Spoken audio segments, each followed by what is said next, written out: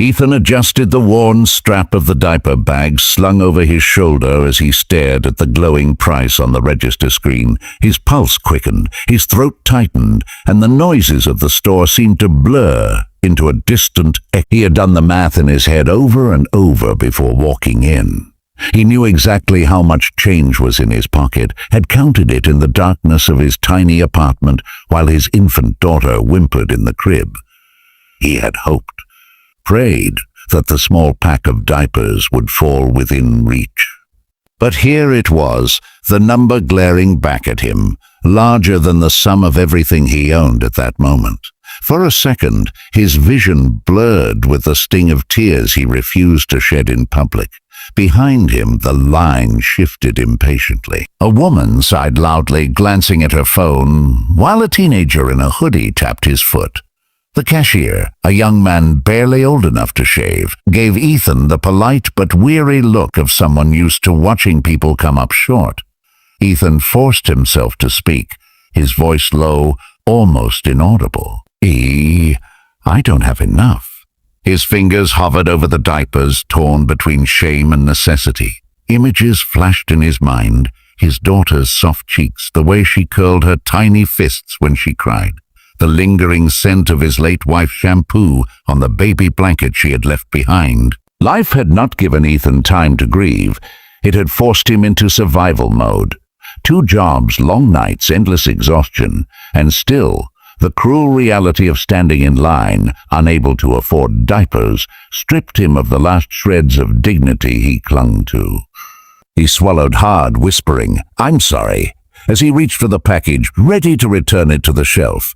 That was when a voice broke through the moment, steady, calm, and startling in its timing. "I'll take them all." The words landed with such weight that for a moment Ethan thought he had misheard. He froze, turning his head slowly. Standing just behind him was a man who looked like he belonged to another world entirely. Tall, broad-shouldered, wrapped in a tailored suit that probably cost more than Ethan's monthly rent, he had an air of authority that silenced the impatience of the line. His face was unreadable, carved in stone with eyes that carried a strange heaviness, eyes that had seen power, wealth, perhaps even loss. The cashier blinked, confused. Sir, all of them?" "Yes," the man said simply, his gaze never leaving Ethan. "Every pack of diapers in this store." "Put them on my bill." The teenager in the hoodie let out a quiet laugh of disbelief. The woman with the phone frowned, curious now. Ethan's own chest constricted. Heat rose to his face. No, that's not necessary. Please, I can't." The man raised a hand, cutting him off. "It's already done." His tone was not arrogant. It was not pitying. It was something else, an odd mixture of command and compassion, spoken like a man who wasn't used to being questioned, but, for once, wasn't speaking to be obeyed. Ethan shook his head, words stumbling out in a rush. "I don't want charity. I'm fine. I'll figure something out." For the first time, the man's expression softened just slightly. "It's not charity. It's a choice. My choice." The cashier, unsure, looked between the 2 men. Ethan felt the weight of 100 emotions pressing down on him. Embarrassment, relief, suspicion, pride, gratitude. His body tensed as if he was about to collapse under it all. And yet, beneath the storm inside him, there was something else he couldn't ignore. A faint flicker of hope, like the first fragile spark in the dark. The man stepped forward, handing his black credit card to the cashier with a practiced ease. His voice was low, final. "Bag them all."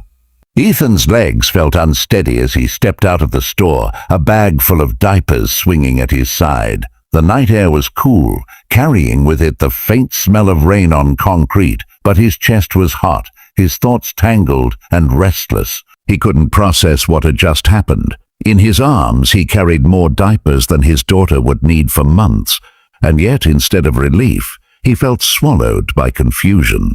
Why would a stranger, especially a man who clearly belonged to a different world, do something like this for him?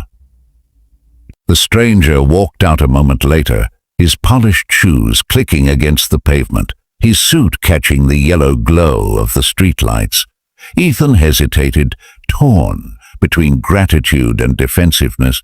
He wasn't used to accepting help. Ever since his wife had passed, he had promised himself he would stand on his own, that his daughter would never see him beg or break. Pride had kept him moving when exhaustion had nearly crushed him. But pride also felt like chains now, keeping him from simply saying a thank you. You don't owe me an explanation, the man said, as if reading Ethan's thoughts. His voice carried that same calm authority, but softer now. But I think you could use a cup of coffee. Ethan blinked. What? The man nodded toward the small diner across the street, its neon sign flickering weakly against the dark. A coffee. Sit down. No strings attached. Everything in Ethan screamed to decline. He didn't want to be anyone's charity case, yet something in the man's eyes, lonely, almost hollow, despite his polished exterior, stirred a quiet curiosity. Maybe it was exhaustion, maybe it was instinct, but Ethan found himself nodding. All right, they crossed the street in silence.